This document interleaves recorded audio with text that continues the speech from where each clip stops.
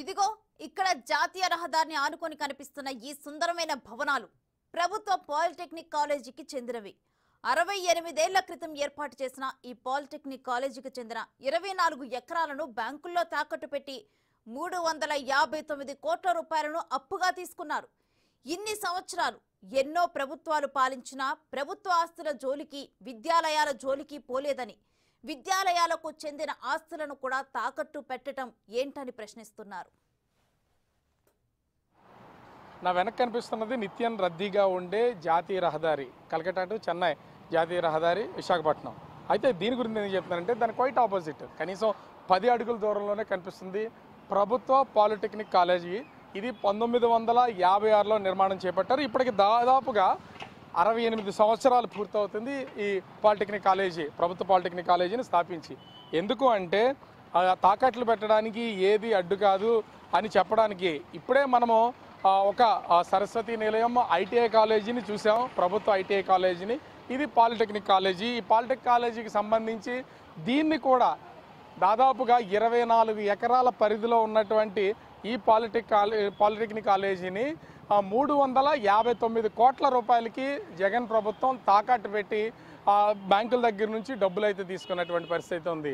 అసలు మనం ఇది ఒక ప్రభుత్వ చూస్తే పాలిటెక్నిక్ కాలేజీ, ముఖ్యంగా గవర్నమెంట్కి సంబంధించినటువంటి కాలేజీలన్నీ ఈ అట్మాస్ఫియర్లో ఉంటాయంటే ఏ ఒక్కరో కూడా నమ్మరు. కానీ చూస్తున్నాం కదా, ఇది ఏదో కార్పొరేట్ కాలేజీకి సంబంధించినటువంటి అట్మాస్ఫియర్లో కనిపిస్తున్నటువంటి పాలిటెక్నిక్ కాలేజీ. మొత్తం 359 కోట్ల రూపాయలను 24 ఎకరాలని తనఖా పెట్టినటువంటి ఈ బ్యాంకులకి అప్పుల కోసం తాకట్టు పెట్టినటువంటి పరిస్థితి కనిపిస్తుంది. అయితే ప్రతి ఎకరం కూడా, అంటే మనం ఈ లెక్క ప్రకారం చూస్తే 24 ఎకరాలను దాదాపుగా 359 కోట్ల రూపాయలకి తాకట్టు పెట్టినటువంటి నేపథ్యంలో ఇంచుమించుగా చూస్తే 14,95 లక్షల రూపాయలు ఒక్కొక్క ఎకరం వాల్యూ చేసి వీళ్ళైతే ఆ బ్యాంకులు అప్పులు ఇచ్చినటువంటి పరిస్థితి ఉంది. అంటే ఇన్ని కోట్ల రూపాయలు. ఇంకో విషయం ఏంటంటే, విశాఖ నగరంలో జగన్ ప్రభుత్వం తాకట్టు పెట్టినటువంటి ప్రభుత్వ ఆస్తుల్లో, ప్రభుత్వ కార్యాలయాల్లో, ప్రభుత్వ కాలేజీలు, స్కూల్స్లో అత్యధికంగా డబ్బులు తీసుకున్నటువంటిది ఈ ప్రభుత్వ పాలిటెక్నిక్ కాలేజీ నుంచే.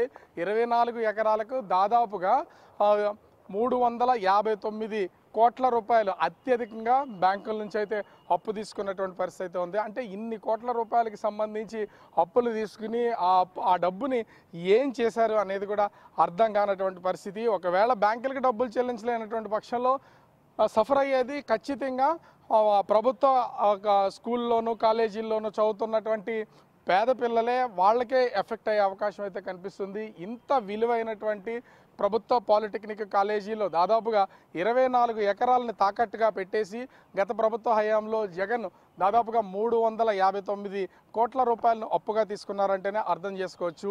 వేటిని వదిలిపెట్టలేదు. ఎక్కడ డబ్బులు అయితే వస్తాయి, ఎవరు మాట్లాడకుండా ఉంటారు, ఏ సెక్టార్లు ప్రభుత్వానికి అత్యంత అనుకూలంగా ఉన్నవి, వేటిని తాకట్లు పెడితే ఎవరు కూడా పట్టించుకోరు అనేది ముందుగా చెక్ చేసుకుని మరి ప్రతిదాన్ని కూడా తాకట్టు పెట్టినటువంటి పరిస్థితి కనిపిస్తుంది. దీనిలో భాగంగానే ప్రభుత్వ పాలిటెక్నిక్ కాలేజీని 359 కోట్ల రూపాయలకి